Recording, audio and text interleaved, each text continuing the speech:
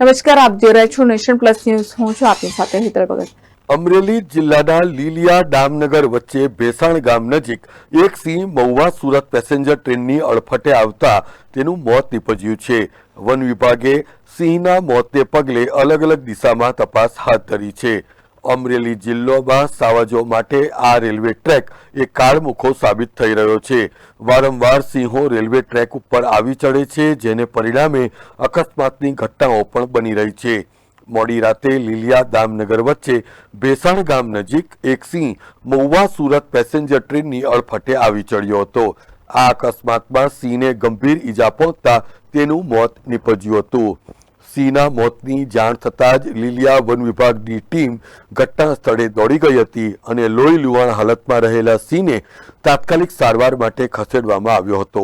જો કે ગંભીર ઈજાઓને પરિણામે સિંહનું મોત નીપજ્યું હોવાની સત્તાવાર પુષ્ટિ થઈ ચૂકી છે.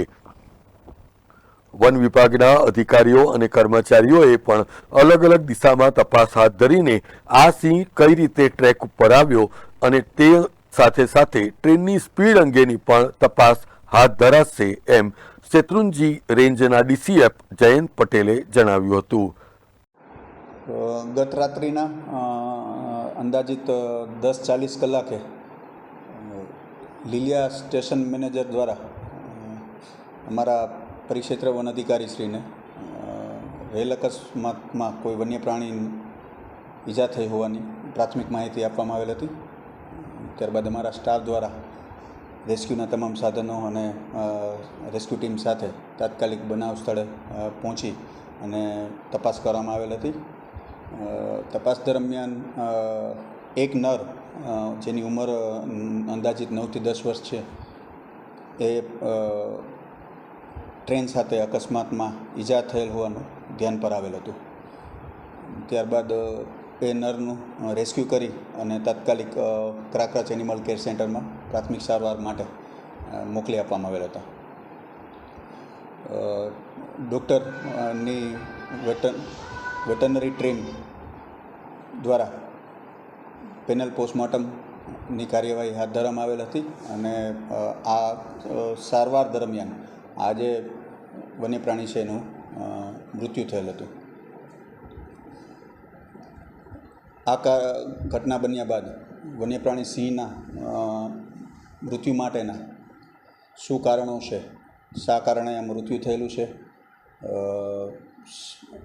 ક્યારે કયા સ્થળેથી એનિમલ જે છે એ રેલવે ટ્રેક પર આવેલા હતા અને અન્ય કોઈ વન્ય પ્રાણીઓને ઈજા થયેલ છે કે કેમ એ બાબતેની અત્યારે સ્ટાફ દ્વારા સ્કેનિંગની કાર્યવાહી જુદી જુદી ટીમો પાડી અને કરવામાં આવેલ છે.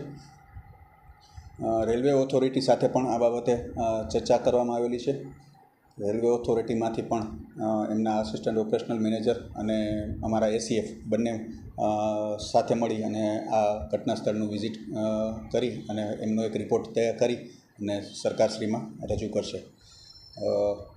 વન વિભાગના કોઈપણ સ્ટાફની જો આ ઘટનામાં બેદરકારી જણાઈ આવશે તો ચોક્કસથી એમની સામે પગલાં ભરવામાં આવશે અને રેલવે પાસેથી આ ટ્રેનની ગતિમર્યાદા અને ટ્રેનની હેડલાઇટની ક્ષમતા જેવી જુદી જુદી ટેકનિકલ બાબતોની ચર્ચા પણ કરવામાં આવનાર છે. Mehul Trivedi, nation plus news, Amreli. સમાચારોનો સતત અપડેટ મેળવવા માટે અમારી નેશન પ્લસ ન્યૂઝની યુટ્યુબ ચેનલને સબસ્ક્રાઇબ કરો, બેલ આઇકન દબાવો અને જોડાયેલા રહો ફેસબુક, ઇન્સ્ટાગ્રામ અને ટ્વિટર પર.